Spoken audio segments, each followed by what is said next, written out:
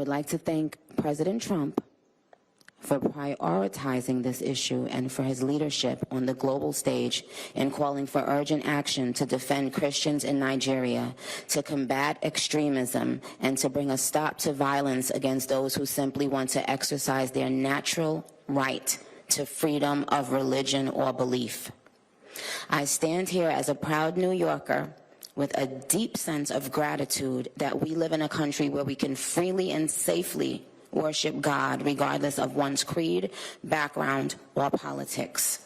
And Nicki Minaj spoke of the plight of Christians in Nigeria, thousands of whom have been slaughtered by Islamists. Faith is under attack in way too many places.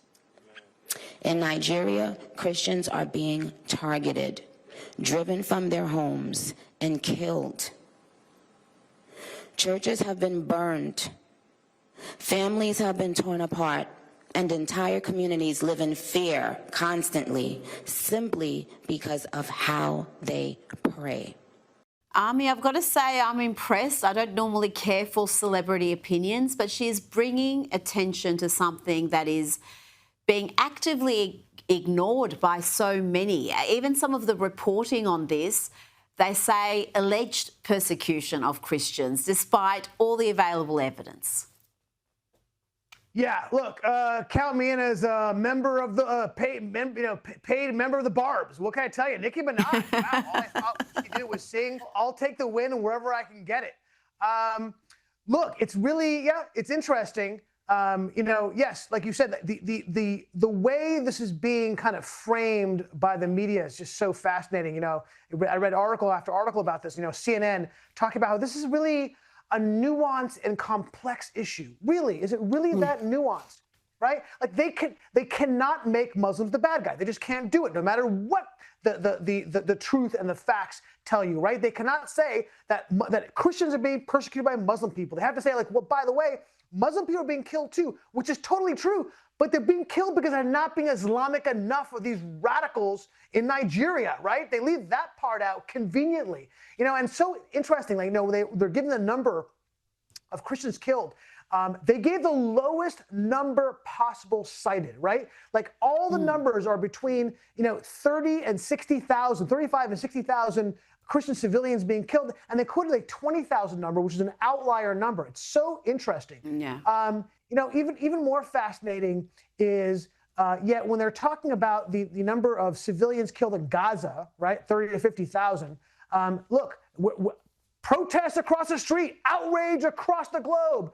But when Christians are being murdered in Nigeria, or Islamic people being killed for not being Islamic enough, total quiet. Then it becomes complex and nuanced. I don't see any encampments going on, right? Do you? I didn't. Look, the left, they don't care about black people being killed, I guess. They only care about Palestinians when they're being killed by Jews. I don't know what to tell you. That's what I see from those numbers. Well, I've got to say, Nicki Minaj was a lot more eloquent than Cardi B. Remember, she spoke at a Kamala rally. Did not go well. Now, there was a lot of pomp and ceremony at the White House for the state visit of Saudi Crown Prince Mohammed bin Salman. Let's have a look at President Trump greeting the Crown Prince.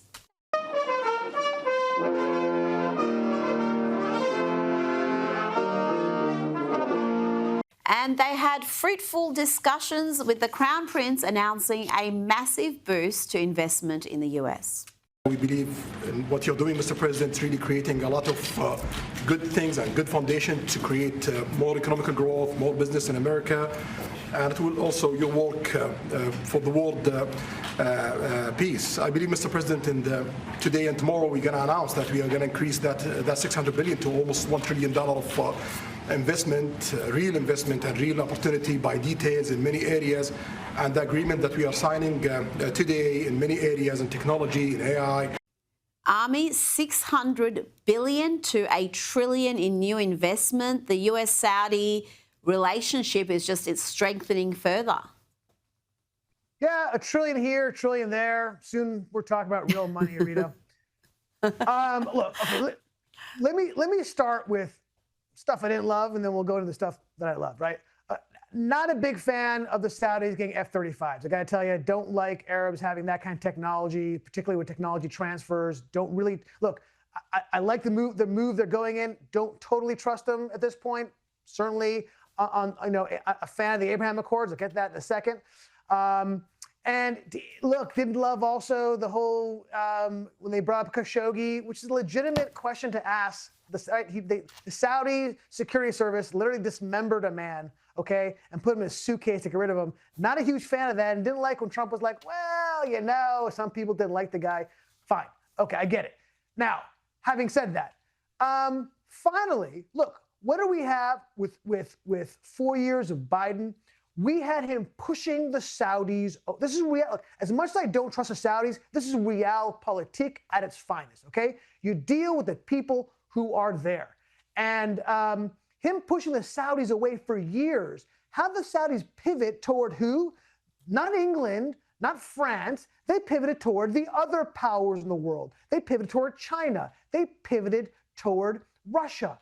That's not good for the United States. That is not good for peace around the world. They even started flirting with engagement with Iran because they were afraid of being left out in the cold with the Biden administration poo-pooing them and pushing them off to the side. Okay, that's the way we work. This is the reality of politics. Having them join the Abraham Accords, which is clearly the direction we're going in, is an absolute game changer for the Middle East. Okay, the Abraham Accord was big enough as it is. And let's be honest, the Gulf states would not have signed up without Saudi assent. But the Saudis have actually put their name on normalization with the state of Israel is something massive, and also puts the Palestinians in a difficult position and will lead toward eventual peace between the Palestinians and the Israelis, okay? Instead of what we had during the Biden administration, the Houthis continuing to bomb all across the Middle East because they were out of control because he would not support the Saudis in his war against the Houthis. That's the situation we find ourselves in. So kudos to the president to having him come to the White House, and kudos to pushing forward with the Abraham Accords. And there was a sign that relations between Elon Musk and President Trump have improved. Musk was at the White House dinner for the Crown Prince. Of course, they came together after that little tiff they had at Charlie Kirk's funeral in Phoenix, and it seems like things are improving there. Ami, stay with me.